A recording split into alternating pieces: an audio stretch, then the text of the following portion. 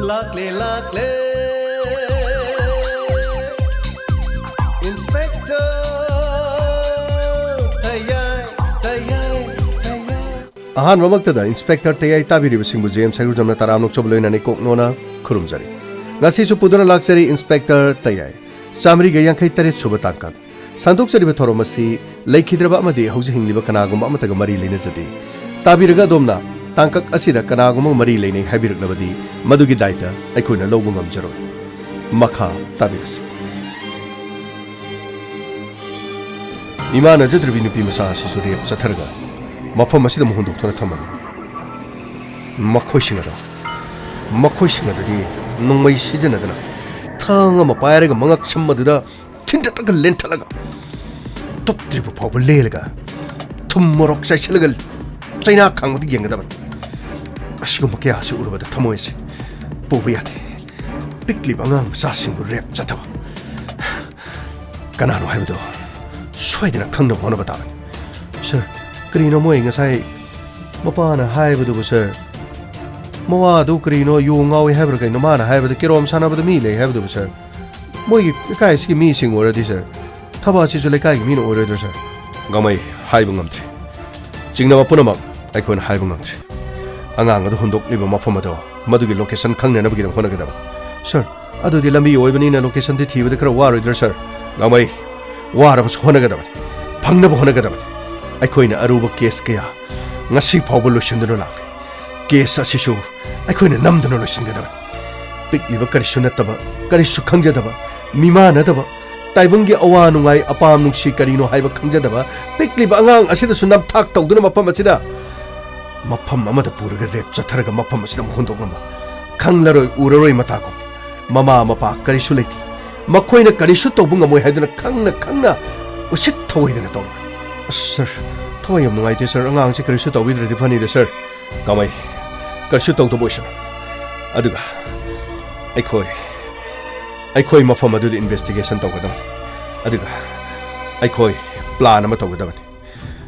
Ngasi no manini di mafam adu marale ba mishlaw aduna lot ke yauna lot khragan lot ki basing ado nam duna puthok laga sing thok laga makoi bu fa na na bagi tabak ano ba lalong ma sathana khona ga makoi na di lalong sathaba hiraga ai khoi na di kari ga hiroi makoi gu makya loshin duna lakrabani handa ki case asisho shoi dina makoi bu loshin na khona ga asuk tamtiba asuk minung sikang daba Piklib angang sing the rep chatava. Aduka, Mima Najatrabi. Wakal Mima Najatrabi, Miga Manadraba, Popa the Nama Soidun Lag. Mama Mapana Kariwara. Mapadun young Audun Lervas. Mamana Kariway. Ataba missing the Kariway. Liamna Amatataro.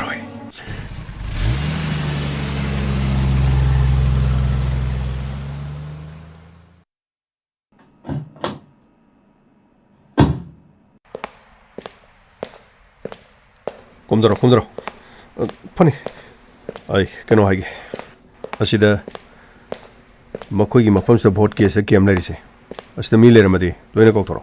Punglisha. Don't you know? It's an outing. Can you know the Hiza game? Sir, Curry. The Koi see the label saying, Chico. Stay the question, no worry, I'm the Sazi. Ma'am, what will be a deco? Ma'am, see the label, I'm the Sian Bacot So now, Mamma Topiro. Some in our Hana Laxico. Sir, Curry. Nangimin Curry. Sir, Kanta. Mapamasidan Laisi. Board Kinamada Laira, Kerom Sanavalaira. And say Gasorge. Sir, idea Ishagi Academic is that the Sudresa. Aduga, I Pokpagi, Sahi Trani Pandi Sudishur. Mapam Masidanga the Kogi Sigi Maning as the gay Memogi Masano Pigita Tolokwa Aduga Mapam Mastimi Saminik no we over. Sir, according around still Laxa Dresa Nakoi Lactre. Anyway, I'm a Coxologaway, I'm a Tazalo. Now we go, I say Sarna Kaurigo, Nanga Muxace. As Carino and Masam sitting a sanga in it or is it go? Carino Nangi Sam do Suzaki Masam we bro. Nothing, sir. sum style oh style oi bra sarna som da dang style de wahang khra hang kani ko chalo chalo chalo chalo kari hong do jam sir kari nangi min kari sir Newton oh Newton sege sure sir sahi tara tare ai wai na khoi sidagi ngarang tholi ba thodo sunai taramani sir tajare sir yam nuai te sir na khoi kana kana na chathabra thabuk se sir khoi di adu gum kanim ta tobul leti sir adu gum thabuk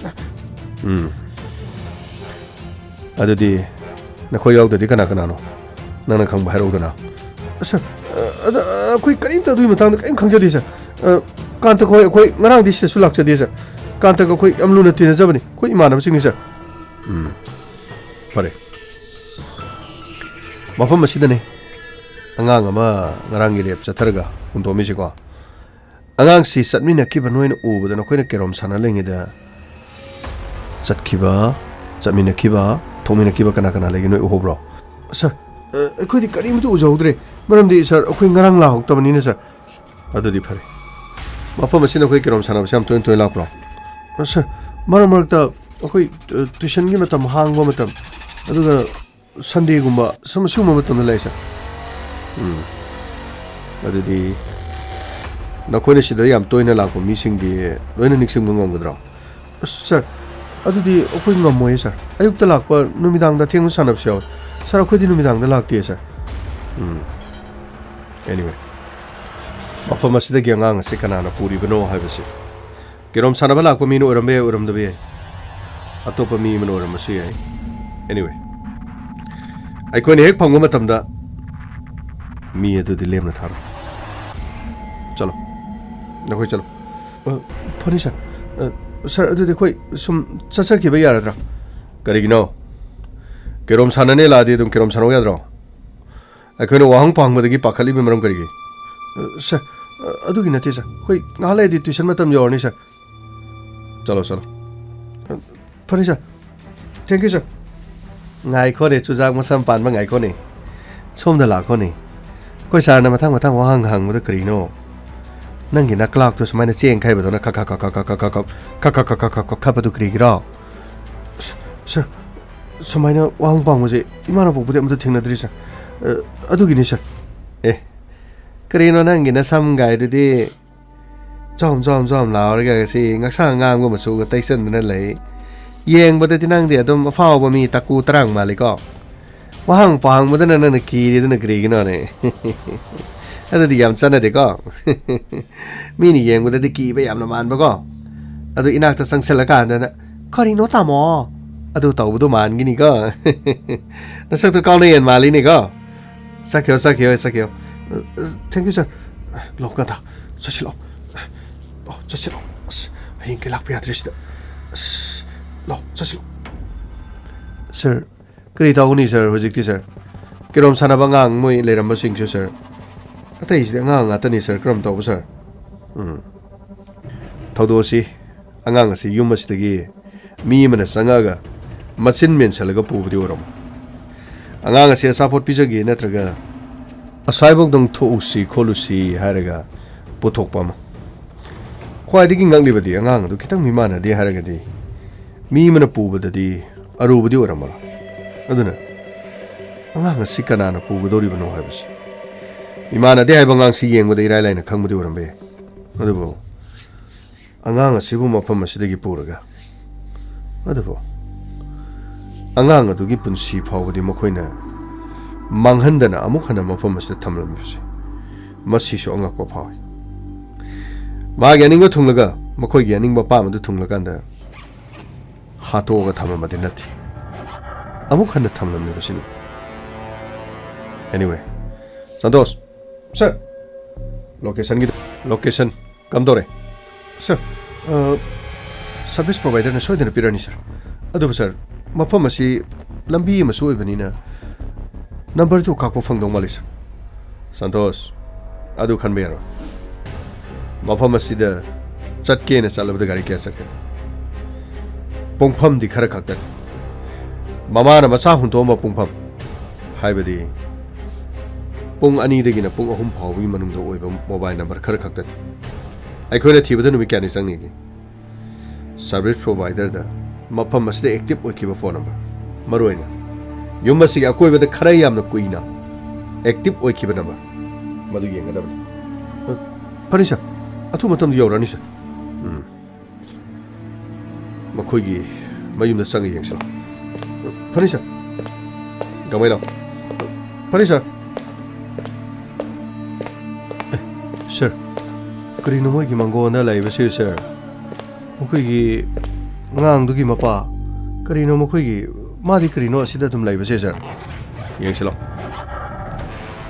따다 야마 따비리 브로 까나 노 까나 월노 아이코이 보고부터 강비다 브레 야마 아이코이 아동이 가랑이 토도 어디기다 마 마펌머스 인베스티게이션 라인 야마 토거비오 암토 토거비오 야마 Kana police ibunga kari yama adongna wafam ama kha hai haidana adongi kobongna tam adongi sanu pisi adongna pung kya phawbda uramagi aide gari sibsu nate aduga mobile paibasu nate ai pung di khangdre 그리노 sir 마기 좀 마사 닉부지 그리기노 마기시 유 탁부기 마탐 요빠 유라이니 소리시 산토스 sir 가마이게 살로 아두가 어사이데 키데요 sir 아이네 하리시니네 어사이데 살가 요 키데요 파니샤 라오 가마이 사실로 그리노네 타오시보 폴리스나 아무 유 레이레나 아무 social media da mu tarok tana tauri se angak pa case ni hada case di chalo ne gamai khar thuro ne pani sir lo sasilo santos yama adongi yo poran karim to war adom na pamli bani sa hauji ki di thongan adu yama matung de moni yu thak tana na hona batare pare yama adongi aning ba pam soidini gauran haibiyo adom na hari bo afam che chumbo afam la adom na yung aur ga pangai da hari bra adom na yum da gi thok matam da dong gi sanu pi karai lew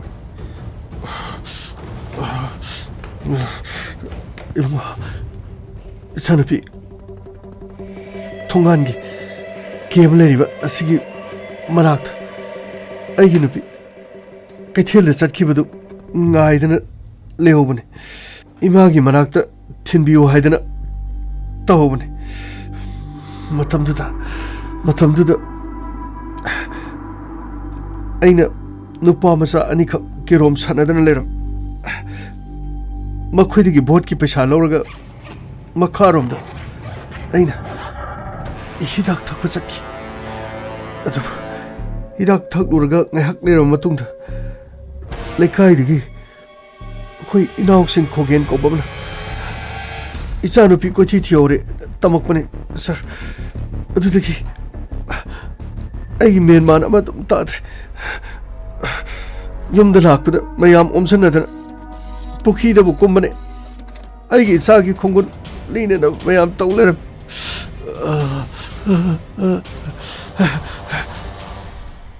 sir सिदा लेरे sir कदाई पियो मोंदा पियो यामसे थोन वाना थिरकब योनी करीनो बेंदर चांग मदा खोई चांग मदा यो लेते यो लौर का लाख पदा पुंग ngahoro bani se yamase sipai se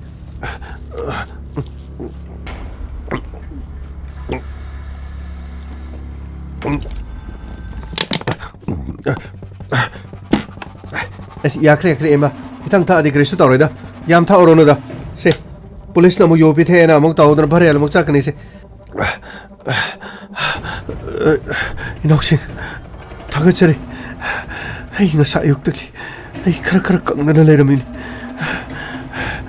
그리노 ям바 아용아 다 하고라가 요돔 탁브라 싹티 싸다다나 요 마히 오이나 탁다나 싹 마히나 그리노네 ꯌꯥꯝꯕ ꯀꯔꯤꯅꯣ ꯊꯣꯛꯂꯤꯕ ꯊꯧꯗꯣꯛꯁꯤꯗꯁꯨ ꯀꯔꯤꯁꯨ ꯅꯁꯥꯗ ꯅꯨꯡꯉꯥꯏꯇꯕ ꯐꯥꯎꯗ꯭ꯔꯣ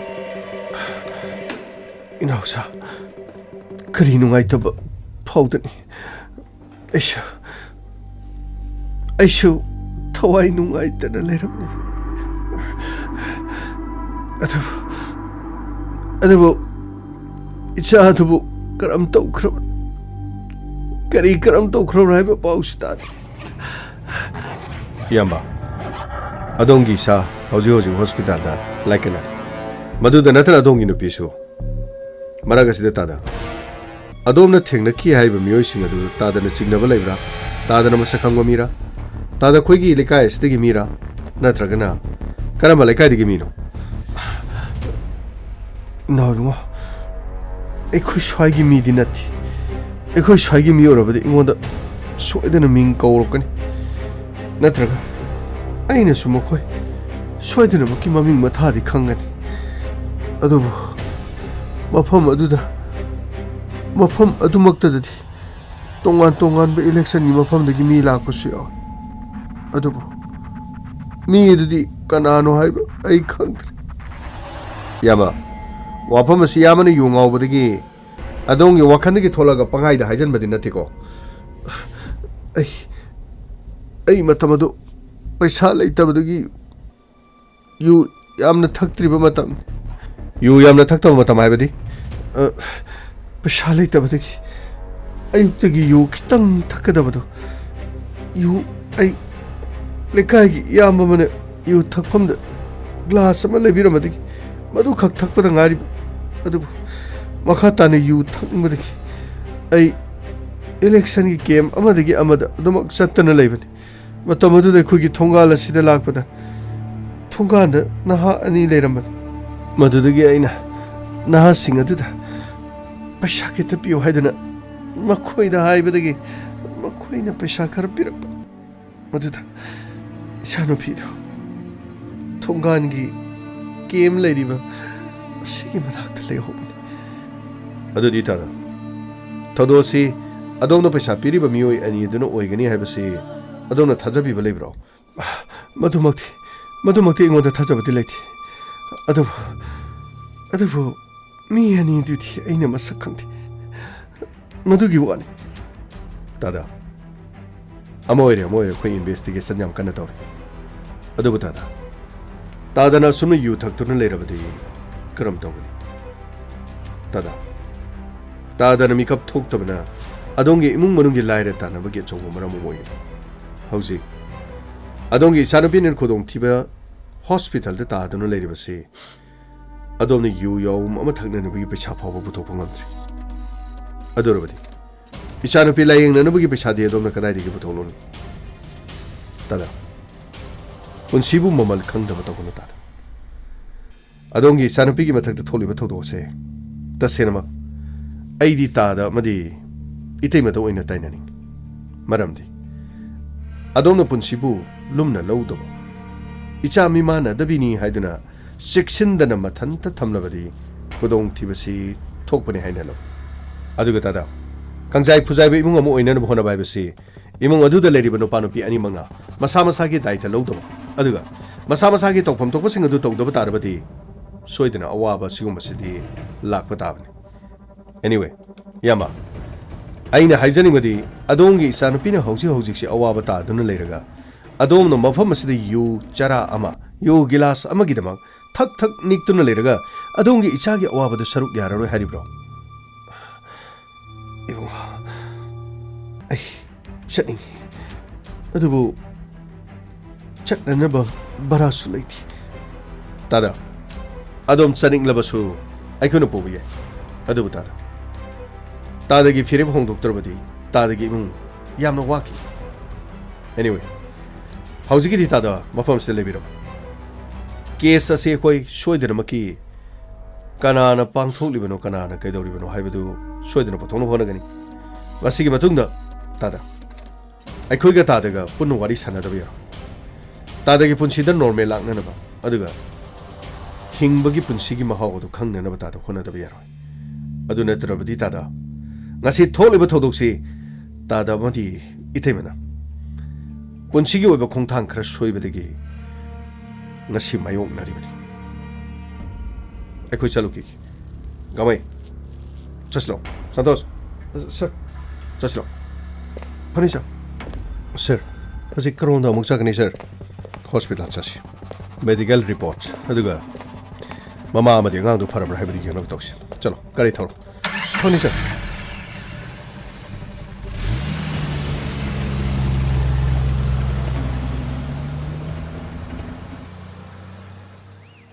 Pagi bema thok pada sa haibaduni karino tawgodori sibo haujibo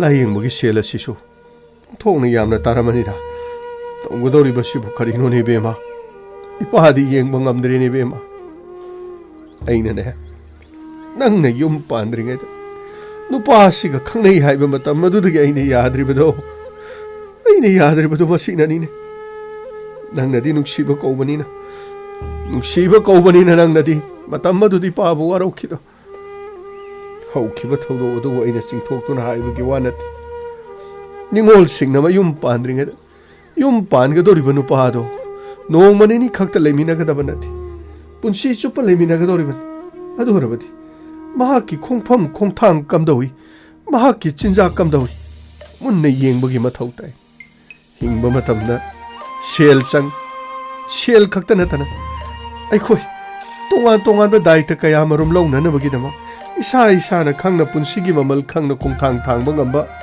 punsigi hingmina bada wakhan mo chana ga dabado madu darkar lei hai basini ne yengo nangina puroibdana hauji phawba lakte dana yo ngaudana adumak sandana tahadana leiramga karino ne tawrisu boibi angang ase thang yauram darabadi yumda halabasuna yumda pisalo cha tawdana ipa khoiga punna leiminarasu haidana aina khanna mimana drabisu usitang yaubasida yumda halo haibasu nangne yade da kayada nungai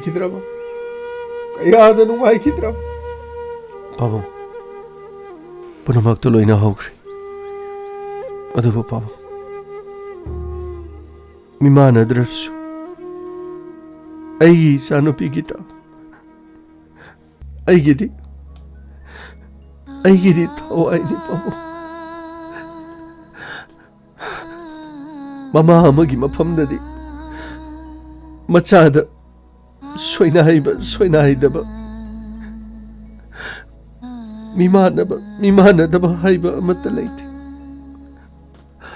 mama mapa khudimangna machagi nungsiba punamak khang awaba punamak khang adubu pabu mama mapa khara khaktadi macha soinaibagi nungsiba soinaiba pokpa mama mapa khaktana khangi pabu soinaiba poktaba mimanadaba poktaba mama mapa na khoigi awaba khang pabu karigumba ichanupi gitana khudong thiba thupu tarabadi pabu nachadi hu chadana sigani e pabu karino ni bemanana haridubo ha memo nangno hu chaduna sirabadi aidi mu kari oigani ha aidi nangya pokpa natro aigi sanu hu thaktuna sirabadi mapa aidi kari mu tawgani hai punsi bu phagi oina logon tangna pokpa ma pongni na hai ishorna afaba yai phaba haibadu pinabibo oisanu ko aina puram labadi mabu kaithelda puram labadi masi tholoi dabani pabu miyam punamangna mimana daba isabu kaithelda sorokta puthorokpada mipum khudimangna khut thina duna nokna biba karemna biba lamide chaliba mi sing amukta udriba jiba amagumna isada yengbiba ichabu ubada nokna biba hangoiba tukat chabiba mayamda urubada isada yamna nungaitaba phaw maduna miyamna hanna khut thina duna ichabu yengmada tukat chaba hangoiba phawbuduna इसादा यामना नुंगाइतबा फावबदुना मीगी ममांगदा पुबदो युमदा लेजरमसनु होरेल हलागा मागी अचा थक लेबिरगा लोइरे हाइदुना माबु पुदना लाखिबनी बाबु इसादो पुबिरकलमलबदि अइना पुबिरकलमलबदि सि थोलमोइदोबनिको बाबु करिगिदमक्तनो मिमानदबसिंबु उरगा नोकनाबिरिबा करिगिनो मखोइसु मियोइबने मखोइसु थवाइ पानबने नखोइगी पुंसीदा नखोइगी तंपाकता नखोइगी नचा ओइना फंगलबदि सोइदना मिमानदबगी mama मपाना फंगिबा वाबदु खंगदबनि बाबु मिमानद्रबि आइगी चाबा कनाना करिगिदब असुक्तम थीना बाबु कनाना बाबु इपागी बेमा कनाना हाइबा खंगद्रिने पुलिस ने इन्वेस्टिगेशन सोइदना तौरंगनिने हथै लाइरी हौजिंगने डॉक्टर ने करीमता हाइरक्त्रि ngarangdagi akoina ngaikhalibase kayamuk yamna luraba janone aidi ipa pakhale phattanungda thopidrabadi phat ahanbadadine ipanane khudong thiba amadagi suse leitrabadi haina khalluraban adubu isudi isunine nimanadrabasu isunine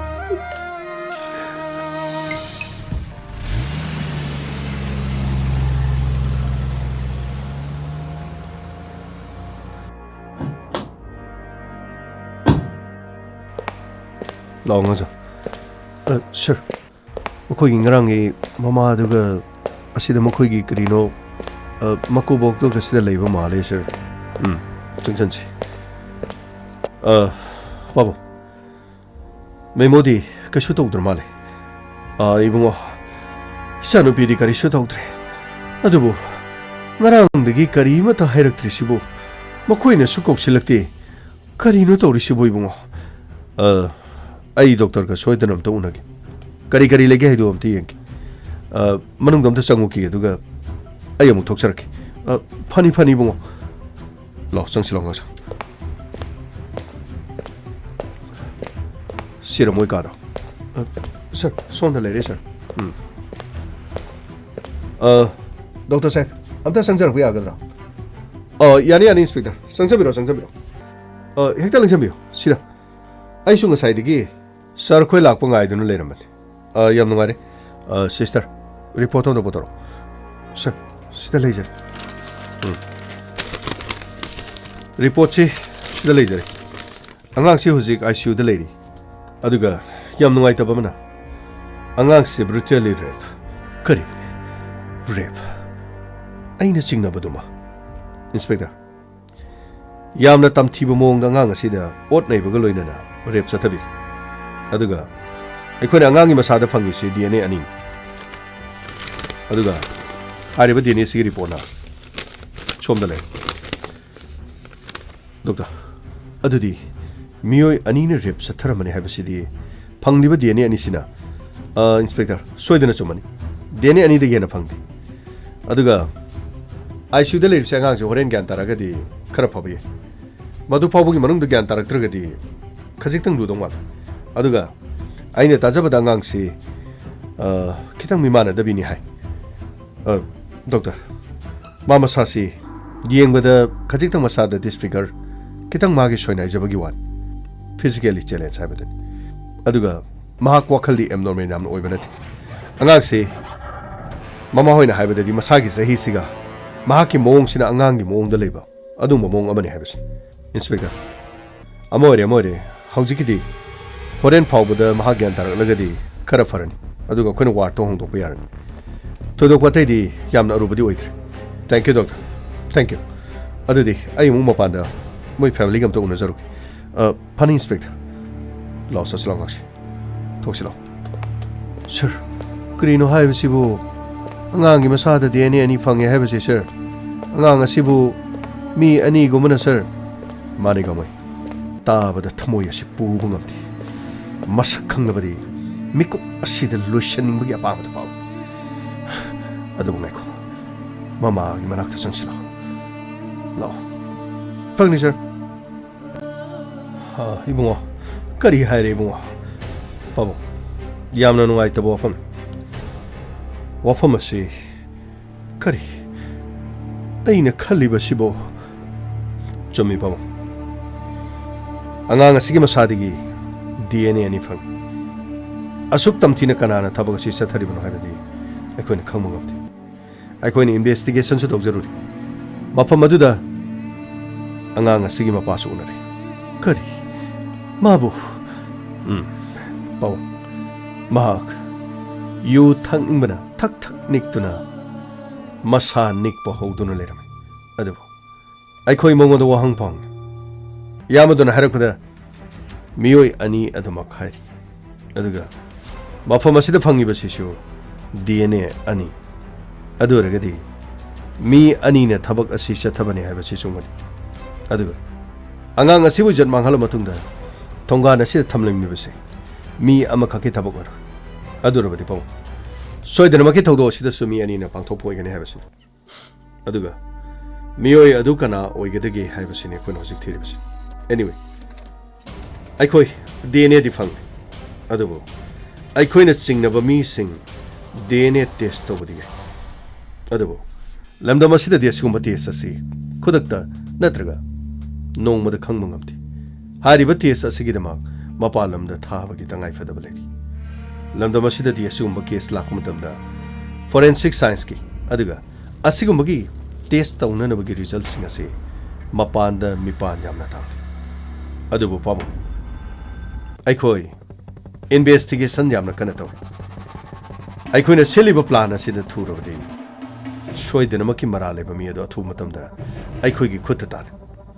Anyway pam hauji ga ngang se ai shu de leri mahak gyan hek tarakbaga soidena pau pira aduga pam aikoi amuhana laksiki aduga hauji maki di tholiba thodo se chenari ba mi sing ado kana oigedegi haiba aikoi yamna kupna thijan ba mathau tare.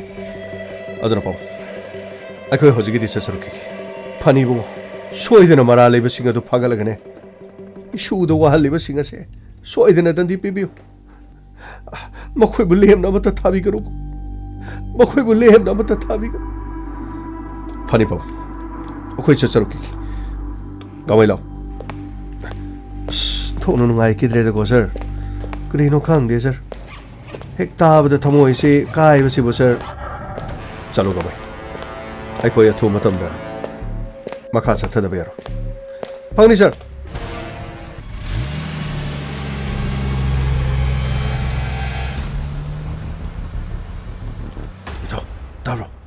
ito kedoroge astu yumi anti yumi as kedoroge mi jor asidam ti yum kedoroge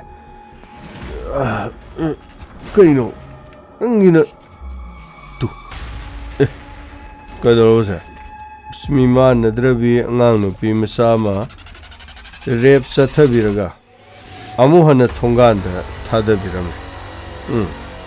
kedoroge 이 버저드로 헤드라인 시 nange iming yaw bro nange iming yaw bro ba ito ay amato padri mi as amato pari yango ay di amna pakale ibani gi minga mu yaw le ramadi itaw joy yam pang de batong side nang ay ming kai mi yaw nat kai amato pa se ay pa se pa haukiba numit ninigi mamangda boat ki kem safamda mamangai duna leibi maming di losale Lakshmi pigli binipi masasi mamangai duna lehobda thiba khangna khide adubu numidang athengba phawbada thiba khangdrabada lekai mi yam sangduna thiba yaba thiki adubu mamai thangda police ta phawba takhi adubu police laktringeda angang adu thongan maktada sakhangdaba singna amuk hundok lamki mamai thangda angang adu gi phibam lusilakpadagi hospital da pukhi Mamasu Antaruktuna like a Naki. Mamai Thangda Hospital the Angangadu check up to Bumatam the Mio Anigi DNA funky. Adubu Taudogasi Numit Adu the Tonga and the Kerom Sano Wanaha Ani Makoi Ani Apok Pumapan Uki. Apok Pumapana Lupasam and Loroga Makarum the Haitaruba Halak with Anganga do Leram Davan. Mioi Ani Adu Apok Pumapana di Masakangi. Haujik Yamna Kana Police na Mioi Ani Adugi Kongul Liri. Atubumatam the police na Makoibu Pagat Lagani Hari. It's okay no Hashibo. Sida Hashibo Gaino. Kirum Sanabani Harity. I queen it. Mapaduna, a queen give us a kangina. Tongue I coitao. Mapaduna. A queen give us a kangi Harry. Sida happy among your police na. I coin a police the laga surrender tonabana. Ha poor Madicandova. Massa kangi Harady. Cover the Hapogima Tokai As it up. You had in a police to Sanjarga. Sway record Harriga, Lucian of Riaridro. Pado lady, Pooh would say, but quite changing, but quite titiva. As Yum does to be a cried in a low legally dushibo. As Matam Sari the city. I told you no was you. It all. Bang the baton. Nasipa would be in a canal from the Sanjaki village. Talker the talker. Over the oak. Oi, Crabby Punamoik. Oji, Nanga, you're going to get on with the surrender over yet. I do come I told you no. Surrender told the Pabzulani. Side some later come I told you no. Okay, my from Hondos. Kadai no moment on Crelevs. Janabatoxlo. Without idea, I don't want to go. I see I don't want it. Without joy. Pang the baton. Tabasi Pang Tobatam, the Nanga Igna. Punasata given. Karigomanang no wapamase. I get Yava out on a police there. Surrender to get Haram of their favor.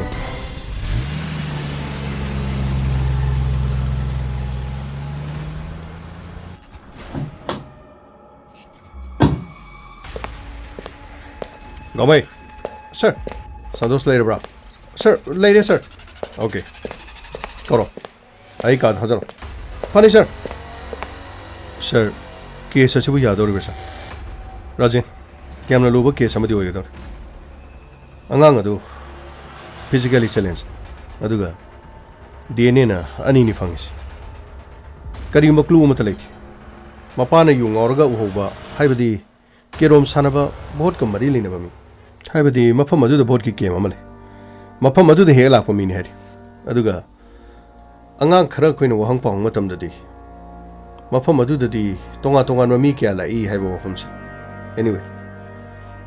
Board ki came to Kerom Sana Mofum. Mafum Adugadi Kendra di Punba. Aduga Lekai di Pundam. Madu Yang Bugimatoktar. Kerom Sanapum the Sangaga board Kamarili Nabasaga. I couldn't sing with that. Sir, Adudi Dol Kudumuki came the Sangadi Rajan. Dol Kudumuki came the Samugimatoktat. Aujoji came Aduda. Oiriberas Niti Dondo. Madugi Dol, the Chapmanaba. Kendra Simanung the labor Kudimaki Changbatar. Mapam Madu the Kerom Sanarama Singer to Paraga. DNA test of Gimatokari. Sir, I'm the Sanger here. Sangosados. Sir, see the laser. Number Campangaba. Sir, highway Nina, number different Yampang it. Kada. Sure, see the laser. Number singing among the signalisi. Nung Tilgimatam the Mapamadu Kerom Sanapalakpa. Number singer Stephen Amjam. Come to Godori. Highway over Nina. Mapamas the Gari Kamduna, Nakang Lepamas Yorongan. Satkibas Yorongan. Anyway, Amamam to Oina Harry Singer Sigi, Maming Matasing to Pulapsing Tona Kamdoba.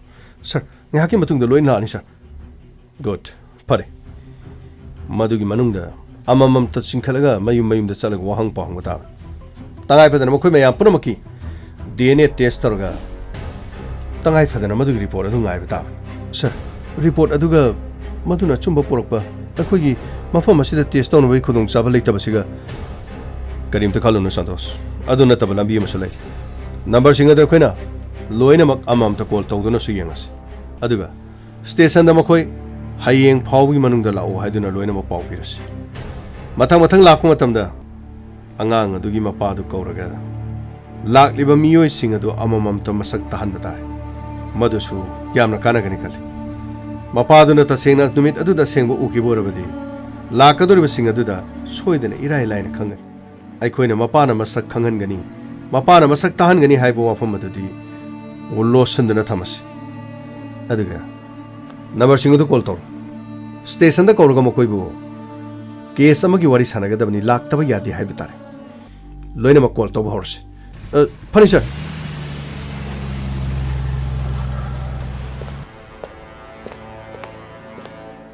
ꯀꯅꯥꯅꯣꯅꯦꯍꯦ ꯃꯁꯛ ꯐꯖꯈ꯭ꯔꯦꯗꯀꯣ ꯏꯁ ꯏꯃꯧꯒ ꯍꯦꯛ ꯑꯣꯏꯖꯅꯤꯡꯉꯤꯍꯦ 이베마 낭부 까나노냐 이마 ꯑꯩ ꯈꯪꯅꯖꯕ ꯂꯩꯖꯈ꯭ꯔꯦ ꯑꯗꯨ ꯅꯠꯇ꯭ꯔꯗꯤ 이마 ꯈꯣꯏꯒꯤ ꯃꯧ ꯑꯣꯏꯔꯁꯨ ꯌꯥꯗꯧꯅꯤ ꯑꯗꯨ 이마 ꯋꯥꯐꯝ ꯑꯃꯇ ꯍꯪꯖꯒꯦ ꯇꯧꯕꯅꯤ 이마 시기 포토시 ꯈꯪꯕꯤꯕ꯭ꯔꯥ ꯀꯅꯥꯅꯣꯅꯤ ꯏꯕꯦꯝꯃ ꯁꯤꯕꯣ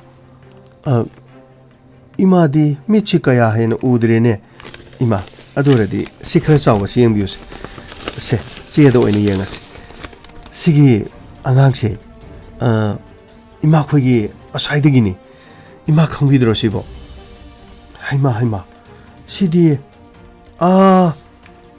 이보ꯆꯧꯕꯒꯤ ꯃꯆꯥꯅꯨꯄꯤ 이마ꯅꯗꯕꯤ ꯑꯃ ꯂꯩꯕꯗꯨ ꯅꯠꯇ꯭ꯔꯅꯤ 이베마 마니 이마ꯗꯤ ꯌꯥꯝꯅ ꯃꯨꯟꯅ ꯈꯪꯉꯤ 이마 ꯑꯉꯥꯡꯁꯤꯕꯨ ngasi numit nini humni sida nungthilda tholaga mafam asida asapur leiba lakhibro ima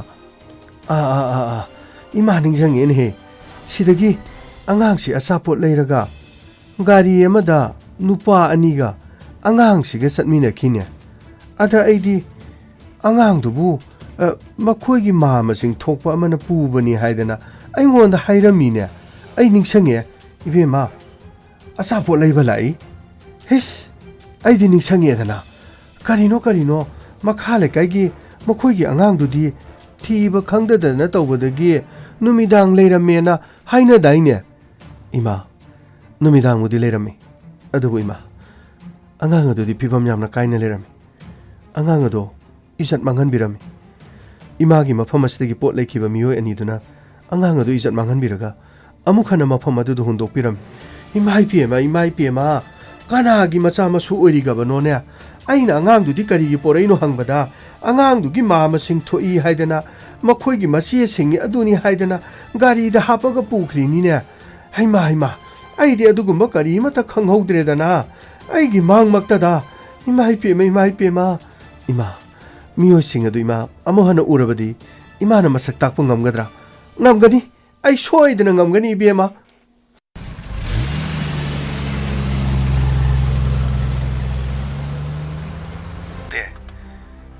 Hello, Rabbi. Owanum Tangmada, Singjuga Yonba Kunam Kunda Pambadu. Mahana Nangado, Mio and Nikala and Harry. Aduga, Mahaki Popum the Gipocheler Gangandu Hapaga, Makoi Shatke. Aduga Yam Nai Popamanade. Mapamadudagi, Karalap Taktoba, Stationary Dukana Malay. Dukana Sim among the CCTV Palam. CCTV cigarette quarter. Gariado, Numitum Nigi report Kanganaba. I CCTV ki record punamak ai puduna chale ai shoidana hairagete tampa yamna chawraba mati ma khangna na pangbi thank you so much tampa tayai ai bu kanano tayane matha saram gada budu ubada ai pikni bangang macha du da chathariba miyot mini du khang mangam da badagi tayane pauk tambadagi tabadagi ai I mateng pangge haiduna ai isana laglaban Thank you so much Tampa Thank you ai soidana maki haijarak laki Phare Tampa yamna nungaire Lakle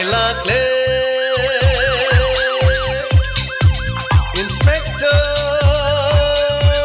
Tayai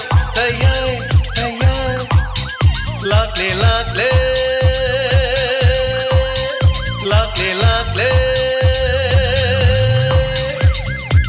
Inspector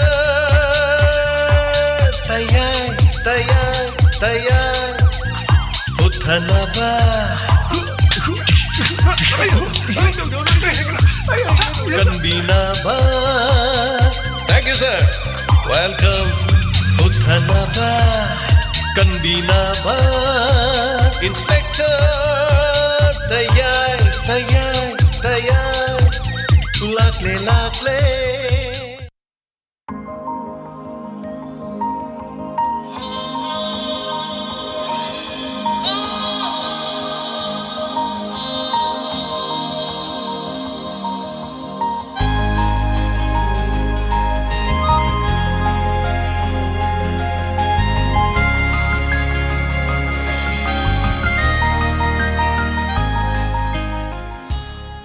Hanana Thagachari, Nasigi Inspector Tayai, Chamriga Yankatri Subatang Tabiri. Nasigi Kanabatorum, Nasigi Crime Update Chamaga Sumna Amasuba Torom, Hakimatunda, Kankanadana Tamjagi, Ukraine gi Russiana Lanta Bagimatangsi, Hajatare, Hadivatorum Sisu, a thing with the Tabini Wissing, join at the Motobium, Sigidi Am Sangna, comment Amadi saying anything we am Sangna Tazaro, Aduga. Asigi birthday tari bisingi yai pamangol asigi pemina si mi ampanama Naurem Ricky from Wankai many happy returns of the day nungai raba dongi pong no mina sigi dama yai pamangol pijari adongi punchi da mai pak panadi yaktaba afaba yai faba oibiu haina sorgi mafam da nijari many happy returns of the day Nungai Rabadongi Ponovit Asigidama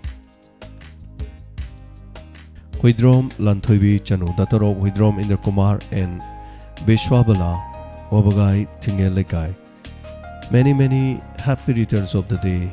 Nungai Raba Adongi Ponovit Asigidama Gai Famangol Pizari Nadi Yaktaba Ponchenung Sangba Ponshida Afaba Mai Papangak Toibiu May sing nusit kudong tiba po na magtagi so nang ang topi boy siya no palim patawi siya ba matom lom na tawong amba Oibiu Hana na tagachari Luna na nga sige crime update Chama ka sumna ama Subatang kaki hay jabatari Aduga Sama suba Ngarang pangtuk sagre Aduga karagara ting na hay tari ting bada Tarom si taong kiyo na Miyam po namang na Sarugami na ba fang da suko na support to bibiyam nung ay zay Gaidongam time taga chari wari yam nungai kanda khanghodana loi khre takpire ngasi kitang ten ma male takpire yam kanna thoidona ten badi na te ngasi guess minute manga gum bagi chang haijabatare wari gi tangkak tuna kitang changchalu bada yada ba tangkak am leiraba aduna anyway am nungai jare thaga chari habirok pasigi damak sobita sogol sem hojiki matam sidi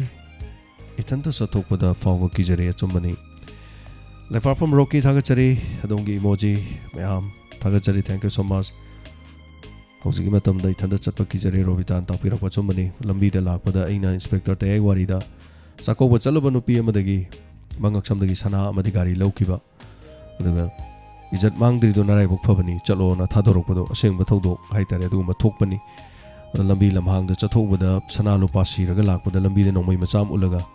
Sanalo palo ina piro pesa yawa piro na thala puro sa kibe wari Manipur su leiri bani ana chumba makni amna chekseningai oibani hojiki matam na haitare aduna lambi lamhang amada phajaba piron chelaga sanalo pa siraga chatpada nupi gi khudong chada ba yamna le adu boy khoi yamna kiba su phatte cheksilaga loire haibitare so thaga chari nawba ke sam thank you so much wari se sagat pada sarna warangoda bana tapire yes wari ni no wari ibada haitare Kradum Changi Habatare, Navaka Sam Tagachari, Segiti, a Pazaro Roy, Namajum, Naubi, Neverla Sogul Sim, Epamangol Pibirakpa, Ranjita Kasham. Thank you so much, Ajit Waikom, Hanana Tagachari, Ajit Waikom Sargiwakal Yamna Tagali, Sarna Kankiba, Tabakudiba, Oloviu, Natapiri guest, Tagachari Nadi, Yaktabazi Ojagi, Hanwagi. Aduga tabakudi maktamna tamna sanale pak lamdam masi hona jari base matang mai pak tan hai tare chauba mafam mama miyam gi damak lamdam masi gi hona bangam bo jage Anwar Khan thaga chari abecha Tamparas Kumari Waris PIS Bimola Naurem IBI Rasana Thoi Lan Singh PP Manipuri song lover thaga chari Gurumim Ratna. Thank you so much ibem chalai matenta punamak ai tension jaringa sigidi aduga mayam ngapi gani Crime update to mayam lakpirase crime update ki new page amada laga mayam punamak asigidi sai amadi thoidokpa makhata na chachararoi crime update ta lakcharage sem sadanu leijare mikop ꯑꯃꯒꯤ ꯃꯅꯨꯡꯗ ꯁꯣꯏꯗꯅ ꯍꯧꯖꯔꯒꯦ